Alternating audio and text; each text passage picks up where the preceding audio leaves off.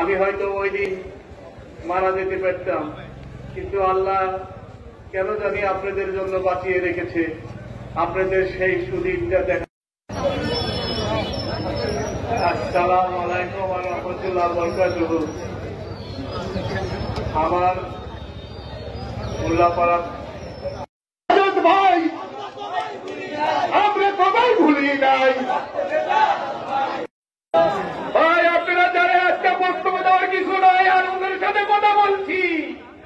উল্লাপাড়াতে যে কত আক্রমণ করেছিল থানার গেটে, দীর্ঘদিন চিকিৎসা শেষে আজ আমাদের মাঝে ফিরে এসেছে। আজ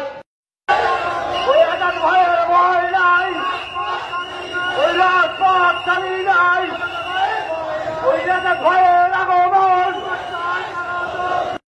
ওই শুভেচ্ছায় স্বাগতম, ওই ভয়ের আগমন, শুভেচ্ছায় স্বাগতম, ওই ভয়ের ভাই আমাদের মাঝে আসছেন।